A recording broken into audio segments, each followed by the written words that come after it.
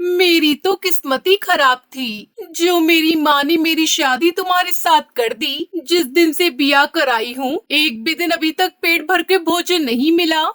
तुम्हारा तो पेट नहीं कोई कुआं है, और मैं एक कुएं को कैसे भर सकता हूँ। बस कालू कौवे का इतना ही कहना था कि गौरी कौवी पास में पड़ा हुआ एक डंडा उठा लेती है और वो अपने पति की पिटाई करने लगती है। गौरी कौवी अपने पति की खूब पिटाई करती है। बस गोरी बस, जो होना था वो हो गया। बस यही दिन देखना बाकी था कि तुम मेरी पत्नी होकर मुझे डंडों से मारोगी। तो तुम मुझे इतना गुस्सा क्यों दिलाते हो? मेरे पेट को कुआं कहते तुम्हें शर्म नहीं आती? अब जो भी हो, अब मैं तुम्हारे साथ यहाँ नहीं रह सकता। अब मैं तुम्हारा ये घोंसला और ये जंगल छोड़कर यहाँ से जा रहा हूँ। तो जाओ ना, मैं कौन सा तुम्हें रोकना चाहती हूँ। वैसे भी मैं भी तुम्हारी शक्ल नहीं देखना चाहती। फिर कालू कौवा गुस्से में वहाँ से चला जाता है। शाम तक आवारा घूम कर आ जाएगा। पहले भी ऐसे कई बार घर छोड़कर गया है। कालू कौवा उड़ते उड़ते दूसरे जंगल में पहुंच जाता है और आज वो सच में बहुत परेशान था। वो एक पेड़ पर बैठ जाता है। वो ऐसे बैठा ही था कि तभी उसे चक्कर आ जाते हैं और वो नीचे गिर जाता है। उसके सर में चोट लग जाती है और वो बेहोश हो जाता है। रानो चिड़िया जो कि उसी जंगल में रहती थी, वो अपनी दोस्त टुनटुनी के साथ उड़ते उड़ते वहाँ आ जाती है। अरे इसे क्या हुआ? ये तो कोई कौवा है और इसके तो गहरी चोट आई है। रानू बहन, हमें तो इस कौवे की मदद करनी चाहिए, नहीं तो ये मर जाएगा। और ये कौवा तो मुझे दूसरे जंगल का लगता है। हम इसे उठाकर मेरे घर ले जाते हैं। फिर उसके बाद रानो चिड़िया और टुनटुनी उसे कौवे को अपने घर ले आती है। रानू बहन, मैंने पट्टी तो कर दी है, परंतु इस कौवे को अभी तक होश नहीं आया।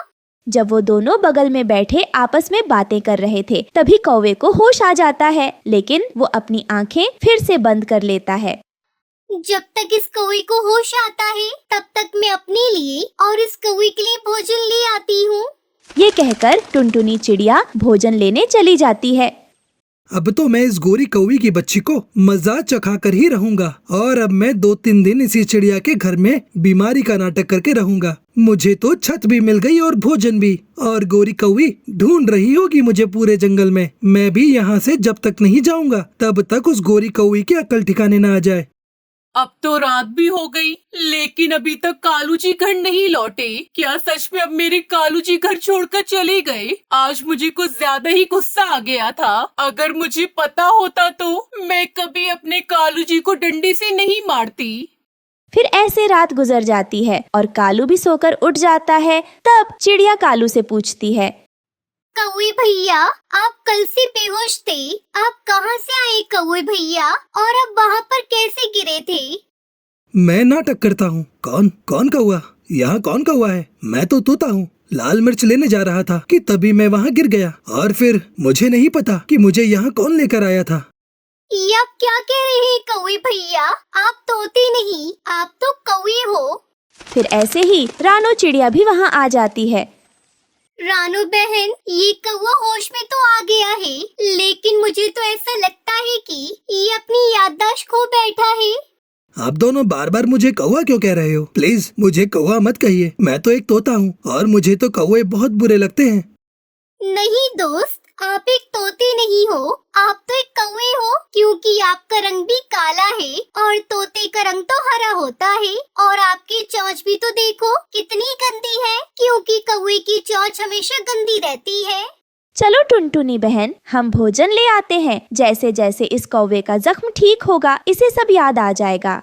फिर वो दोनों चिड़िया भोजन लेने चली जाती है। बड़ी आई मेरी गंदी चोंच बताने वाली। वो तो मैं नाटक कर रहा था, नहीं तो मैं इसे बता देता कि किसकी गंदी चोंच है। अब मैं जल्दी से आराम कर लेता हूँ, चिड़िया तो भोजन ले ही आएगी। वहीं दूसरी तरफ कालू की पत्नी गौरी कौवी अपने पति को पूरे जंगल में ढूंढ रही थी। तभी उसे कबूतर मिल जाता है। अरे बंटी भैया, कहीं आपने कालू जी को देखा है? वो कल रात मुझसे लड़ाई कर घोंसला छोड़कर चले गए हैं। देखा है, गोरी कौवी कल तुम्हारा पति दूसरे जंगल की तरफ जा रहा था। भैया आप मेरे साथ चले, हम दोनों मिलकर कालू कौवी को ढूंढ कर लाते हैं। फिर बंटी कबूतर भी गौरी कौवी के साथ चला जाता है। वहीं टुनटुनी भोजन लेकर घर आती है। ये लो कालू भैया, आप भोजन खा लो। मैं ऐसे भोजन नहीं खाऊंगा, पहले आप मुझे तोता कहो। अच्छा ठीक है तोते भैया, आप भोजन खा लो। फिर वो भोजन खा लेता है। अब ये चिड़िया सच में पागल बन गई है और ये यही समझ रही है कि सच में मेरी याददाश्त चली गई है। कौवे भैया, नहीं तोते भैया, आपकी शादी हुई है क्या? हाँ, और मेरी पत्नी 2 साल पहले मर गई थी। अच्छा ही हुआ कि वो मर गई, मुझसे बहुत लड़ाई करती थी और अब मैं कोई अच्छी सी तोती देखकर अपनी दूसरी शादी कर लूंगा। अच्छा चलो, अब आप आराम कर लो। गोरी कौवी और बंटी कबूतर भी उड़ते उड़ते उसी जंगल में आ जाते हैं। उन्हें वहाँ रानो चिड़िया बैठी हुई दिखाई देती है। चिड़िया बहन, मेरे पति कल घोंसला छोड़कर भाग आए हैं। क्या आपने इस जंगल में किसी कौवे को देखा है? हाँ, देखा है, और वो कौवा टुनटुनी चिड़िया के घर में है। उस कौवे को मैं और चिड़िया उठाकर लाए थे। वो हमें जमीन पर पड़ा हुआ मिला था और उसके काफी चोट भी लगी हुई थी, और वो कौवा तो बेचारा अपनी याददाश्त भी खो बैठा है। गोरी देखो, ये सब कुछ तुम्हारी वजह से हुआ है। ना तुम उस कौवे को डंडे से मारती और ना ही वो घर छोड़कर जाता और ना ही उसकी याददाश्त जाती। बंटी भैया, मुझे अपने पति जी का सब पता है। अगर ये सब कुछ उस डंडे की वजह से हुआ है तो अब उनकी याददाश्त वापस भी वो डंडा ही लेकर आएगा।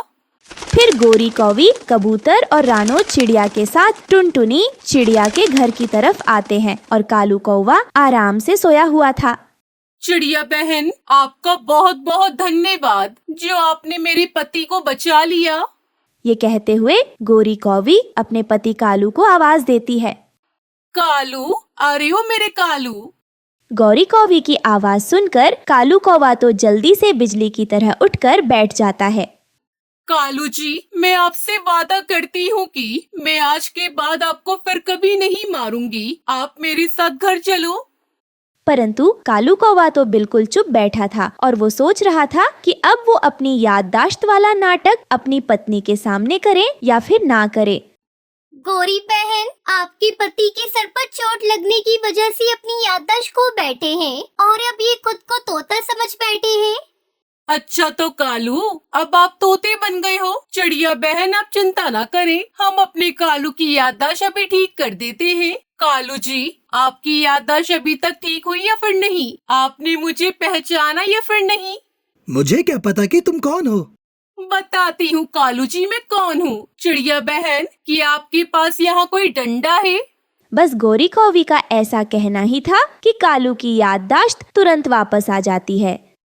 नाना गोरी, अब मुझे डंडे से मत मारना, ठीक हो गई है मेरी याददाश्त। ये सब देखकर चिड़िया और कबूतर की तो हंसी ही नहीं रुक रही थी।